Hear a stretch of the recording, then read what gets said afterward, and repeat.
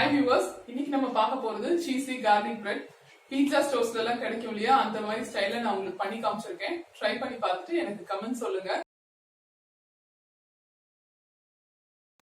garlic breadக்கு first நம்ம garlic butter ready பண்ணிக்க போறோம். அதுக்கு ஒரு 1/2 கப் பூண்டை நல்லா ஃப்ரெஷ்ஷா உரிச்சு எடுத்து வச்சிருக்கேன்.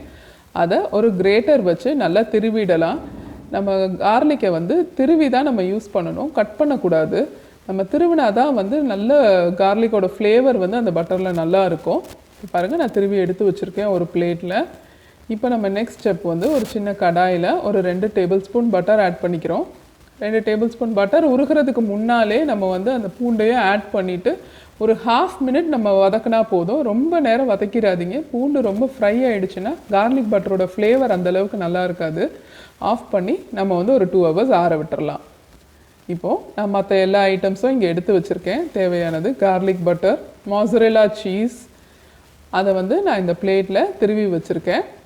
அப்புறம் மிக்சட் ஹர்ப்ஸ், அப்புறம் ஆரிகேனோ ரெண்டும் எடுத்து வச்சுருக்கேன். இது கிடைக்கலன்னா நீங்கள் வந்து இந்த பீஸா ஷாப்லலாம் சீசனிங்க்கு தருவாங்க இல்லையா, சில்லி ஃப்ளேக்ஸ் அப்புறம் ஆரிகேனோ, அதை கூட நம்ம இதுக்கு யூஸ் பண்ணிக்கலாம்.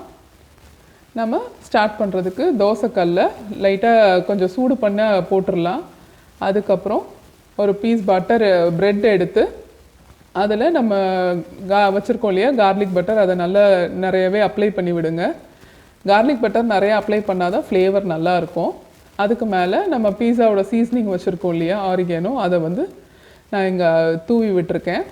அதுக்கு மேலே mozzarella cheese இப்போ ஆட் பண்ணுறேன். நம்ம வேணும்னா மேலே கூட நம்ம திருவிக்கலாம். நான் இங்கே ஒரு பிளேட்டில் திருவி எடுத்து வச்சுருக்கேன், அதனால் அதை மேலே ஆட் பண்ணிக்கிறேன். நல்லா ஒரு thick layer of cheese add பண்ணிவிட்டு நம்ம தோசைக்கல் சூடு பண்ணியிருக்கோம் இல்லையா, அதில் வச்சு நம்ம வந்து டோஸ்ட் பண்ண போகிறோம். இதை நம்ம கட் பண்ணிவிட்டு அதுக்கப்புறம் டோஸ்ட் பண்ணிக்கலாம். அப்போ ஈஸியாக இருக்கும் நம்ம சர்வ் பண்ணுறதுக்கு.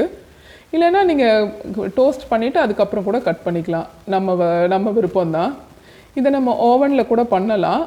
இப்போ நான் வந்து உங்களுக்கு ஸ்டவ்லேயே பண்ணி காட்டுறேன். தோசைக்கல் வச்சு அதில் இந்த பீஸை வந்து மேலே எடுத்து வச்சுட்டு ஒரு மூடி போட்டு குக் பண்ணுங்கள். ஒரு 4 to 5 மினிட்ஸ் நம்ம ஆன பிறகு சிம்மில் குக் பண்ணுங்கள்.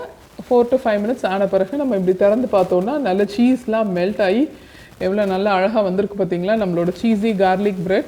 இப்போது சீஸி garlic bread ரெடி ஆகிடுச்சு. இதே இது நீங்கள் ஓவனில் பண்ணுறதுன்னா 170 டிகிரியில் வந்து ஒரு 5 to 6 மினிட்ஸ் வச்சா போதும். அந்த சீஸ் நல்லா உருகி சூப்பராக ரெடி ஆகிடும். இதை ட்ரை பண்ணுங்கள். உங்களுக்கு இந்த ரெசிபி பிடிச்சிருந்ததுன்னா லைக் பண்ணுங்கள், ஷேர் பண்ணுங்கள், கமெண்ட் பண்ணுங்கள். இது எப்படி வந்தது அப்படிங்கிறத எனக்கு சொல்லுங்கள். என்னோடய சேனலுக்கு சப்ஸ்கிரைப் பண்ணுங்கள்.